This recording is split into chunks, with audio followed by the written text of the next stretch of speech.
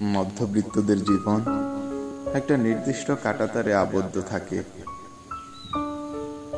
সেই কাঁটাতারে সীমান্তরক্ষী থাকে না ঠিকই,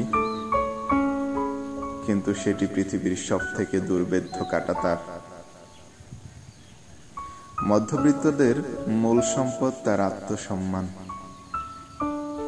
এটুকুর জন্য তারা জীবনের শেষ রক্তবিন্দু দিয়ে লড়াই করে। মধ্যবিত্তরা একদর সাইনবোর্ড মার্কা দোকানে ঢুকে না, তারা সস্তা মার্কেটে গিয়ে যাচাই বাছাই করে দাম দরের মাধ্যমে যে কোনো কিছু কেনে। এর মধ্যেই তাদের চিরচাইত সুখ লুকায়িত। মধ্যবিত্তরা 2 কিলোমিটার রাস্তা পায়ে হেঁটে পরিবারের জন্য 10 টাকার সুখ কিনে নিয়ে যায়। হ্যাঁ, সুখ। ওই 10 টাকার বাদাম কিংবা চানাচুরে যতটা মজা থাকে, বড় বড় রেস্টুরেন্টের খাবারেও সে মজা নেই। লোকাল বাসে গরম কিংবা টাকা বাঁচানোর জন্য প্রায় দুপুরে লাঞ্চ না করে সহ্য করার ক্ষমতাটা মধ্যবিত্তের জন্মান্তরের। আর কিছুর কমতি থাকলেও সহ্য ক্ষমতার কমতি সৃষ্টিকর্তা মধ্যবিত্তদের দেয়নি।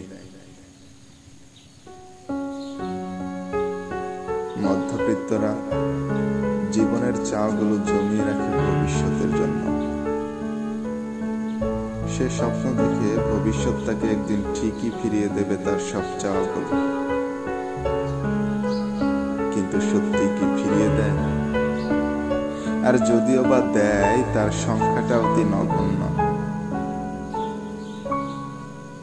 মধ্যবিত্তের বেঁচে থাকার বড় সম্পদ হলো তার স্বপ্ন। মধ্যবিত্ত স্বপ্ন দেখে পড়াশোনা করে ভালো একটা চাকরি করার। একদিন এই মধ্যবিত্তের খাতা থেকে নাম কেটে উচ্চবিত্তের খাতায় নাম লেখাবে, সে আশায় বুক বাঁধে। কিন্তু চাকরি পাওয়ার জন্য ঘুষ নামক যে বস্তুটি এখন প্রায় অত্যাবশ্যকীয়, মধ্যবিত্ত কি তার যোগান দিতে পারে? অধিকাংশই ব্যর্থ হয়। ব্যর্থ হয় তাদের উচ্চবিত্ত হওয়ার স্বপ্ন। অধিকাংশ মধ্যবিত্তরা আজন্ম মধ্যবিত্তই থেকে যায়।